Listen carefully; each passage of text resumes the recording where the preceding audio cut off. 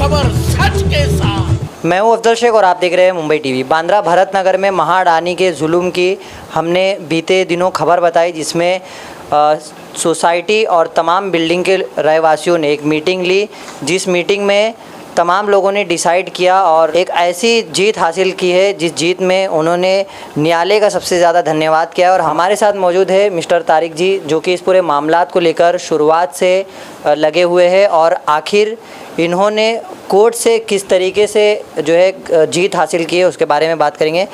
क्या न्यायालय ने जो है आपको राहत दी है और क्या जानकारी दी? जी देखिए, ये जो मामला है पूरा भारत नगर में, इसमें एक सोसाइटी बताई जाती थी बसेरा कोऑपरेटिव हाउसिंग सोसाइटी।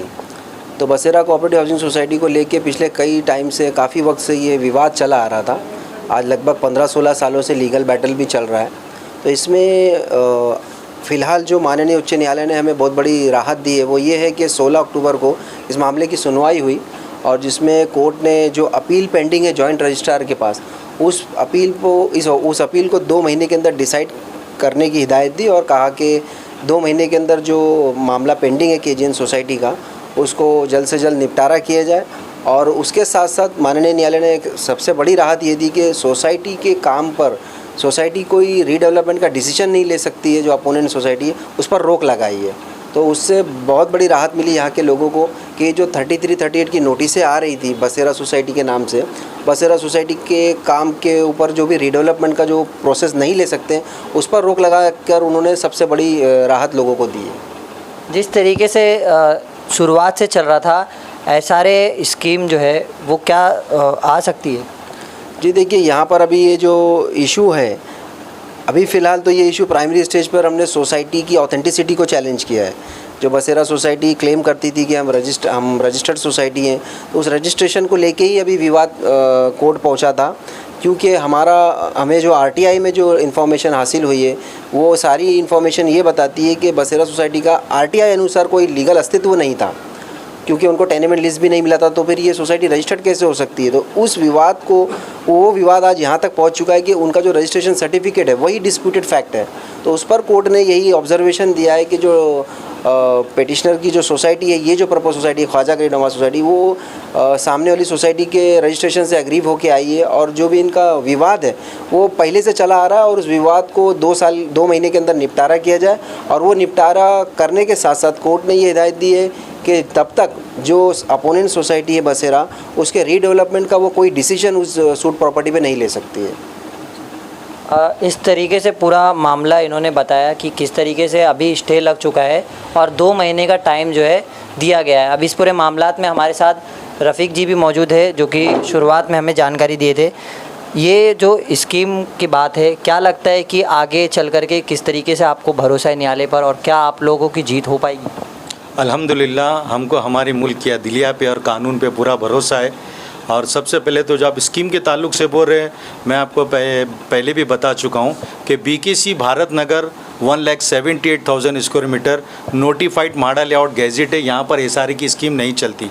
उसके बावजूद यहाँ पर बुद्धपुर अडानी करके एक डेवलपर है, वो अपने पैसे के बल पे और जो भी XYZ जो भी मतलब एक तरीके से गुंडागर्दी बोली जाएगी, क्योंकि गैजेट है, कानून का उल्लंघन करके जब माननीय गवर्नर साहब के दस्तखत हो चुके हैं कि 1,78,000 स्क्वायर मीटर नोटिफाइड माडा लेआउट है, गैजेट रहने के बावजूद कोई एनओसी नहीं है, शासन ने कोई एनओसी नहीं दिया, माडा ने कोई एनओसी नहीं दिया, ना ही कोई एनेक्चर है, ना ही कोई सोसाइटी है, ना ही कोई रीडेवलपमेंट का एग्रीमेंट है। उसके बावजूद यहाँ पर सिर्फ एक नाम चल रहा है, वो है बुद्धपुर अडानी, और बेईमानी का काम चल रहा है। तो ये जो तमाम लोग जिसमें लोगों ने काफ़ी ज़्यादा मेहनत की है, उन लोगों का भी समर्थन आपके साथ है, तो क्या लगता है ये आगे चल कर के क्या राजनीतिक जो दल के लोग क्रेडिट ले रहे थे वो अपना चुनाव को देखते हुए आगे आएंगे और फिर लोगों के मसीहा बनेंगे, या आप लोगों को लगता है कि ये चीज़ आप ही लोग हल कर सकते हो या कोई राजनीतिक इसमें नहीं हुआ है? सबसे पहली बात तो अल्हम्दुलिल्लाह, इसमें कोई पॉलिटिकल पार्टी का कोई योगदान नहीं है। ये जितनी भी लड़ाई लड़ी है हमने अल्लाह के हुक्म से ख्वाजा गरीब नवाज सोसाइटी ने अपने बलबूते पे लड़ी है। कोई पॉलिटिकल पार्टी का हमको कहीं पर भी कोई भी एंगल से कोई सपोर्ट नहीं मिला। इसके पहले भी हमने हमारे जो एरिया के आमदार थे उन्होंने अल्हम्दुलिल्लाह एक बार सदन में ज़रूर आवाज़ उठाई थी और उन्होंने ये बताया था कि बीकेसी भारत नगर जो है 33/5 रीडेवलपमेंट में जाना चाहिए और उन्होंने जो रिपोर्ट बताई थी वो अंडर स्क्रूटनी है।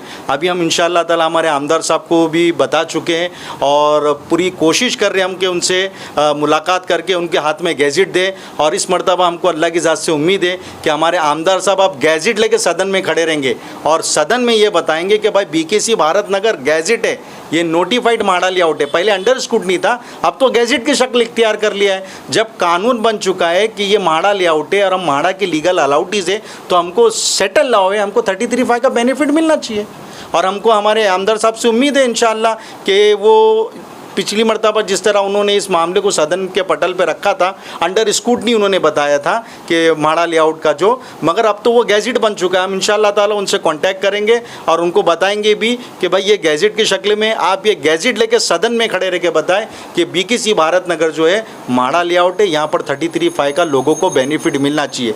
देखिए मैं आपको एक बात बताता चलूँ, इससे खाली हम टेनेंटों का फ़ायदा नहीं होगा, इससे जो रीडेवलपमेंट में जाने से जो रेवेन्यू जनरेट होगा वो महाराष्ट्र के विकास के लिए बहुत ज़्यादा काम में आएगा। वो डायरेक्ट बेनिफिट महाराष्ट्र के सरकारी ख़जाने में जाएगा। इससे तो ये जो भूतपूर्व अडानी जहाँ यहाँ पर स्लम का स्कैम, ये स्कीम नहीं स्कैम चला रहा है, इससे महाराष्ट्र के सरकारी ख़जाने को मोर देन 50,000 करोड़ रुपीस का ये नुकसान पहुंचाया जा रहा है। तो ये तो सरासर बेईमानी और मक्कारी है। हम जो हमारे सीएम साहब है या जो हमारे हाउसिंग मिनिस्टर है या जो हमारी एरिया के एमपी एमएलए, हम उन तमाम लोगों से रिक्वेस्ट ही कर सकते हैं कि भाई आप प्लीज़ ये जो है ये इतना बड़ा भ्रष्टाचार जो हो रहा है आप इसका संज्ञान लें और जो माड़ा लेआउट पे बसे हुए लोग हैं उनको उनका 33/5 का बेनिफिट दें। हाई कोर्ट से अल्हम्दुलिल्लाह जो हमको राहत मिली है, ये माननीय उच्च न्यायालय का ऑर्डर है 16 तारीख का, जिसमें हाई कोर्ट ने क्लियर मेंशन किया है कि सोसाइटी रीडेवलपमेंट के ताल्लुक से कोई भी डिसीजन नहीं ले सकती है और 2 महीने में जो ये जॉइंट रजिस्ट्रार को बोला है कि ख्वाजा गरीब नवाज सोसाइटी का जो अपील है वो डिसाइड कीजिए। और ये ऑर्डर जो ख्वाजा गरीब नवाज सोसाइटी को मिला है इसमें बड़ी कुर्बानियाँ दे के हमको ये चीज़ मिली है। एक तो इसमें हमारे सोसाइटी के जो प्रमोटर थे उनकी शहादत शामिल है। हम लोगों को 4 महीना जेल की हवा खानी पड़ी थी बेकसूर होने के बावजूद। ये तमाम तकलीफ़ों से गुजरने के बाद में हमको ये ख्वाजा गरीब नवाज सोसाइटी का हाई कोर्ट से हमको ये ऑर्डर मिला है। हम न्यायालय का बहुत शुक्रिया अदा करते हैं और मैं अक्सर कहता हूँ कि हमारी मुल्क की अदलिया, हमारे मुल्क का कानून बड़ा मजबूत है। मैं भारत नगर की तमाम जनता से, आवाम से कहना चाहूँगा कि आप कोर्ट जाए, कानून का सहारा लें। इस मुसीबत की घड़ी में अगर कोई उम्मीद की एक किरण है तो वो है हमारे लिए कोर्ट से ही हमको इंशाअल्लाह इंसाफ मिलेगा। अब ये तमाम जो चीज़ें चल रही है इसके आने वाले दिनों में देखना है कि किस तरीके से इनकी जीत होती है और जो अडानी का जुल्म है वो लोगों से ख़त्म होता है। फ़िलहाल सियासत का इसमें कोई भी एंगल नहीं था। इन्होंने कहा कि जितनी भी लड़ाई थी स्थानीय लोगों ने अपने बल पर लड़ी है और न्यायालय का इन्हें पूरा तरीके से जो है भरोसा था और न्यायालय ने आखिरकार इन्हें एक अच्छी राहत की खबर दी है इस स्टे ऑर्डर से। और इसमें अब ये आगे क्या रुख लेता है या क्या मोड़ लेता है, ये बहरहाल बहुत देखने वाला दिलचस्प विषय होगा। कैमरामैन आरिफ अजीज़ के साथ अफजल शेख, मुंबई टीवी।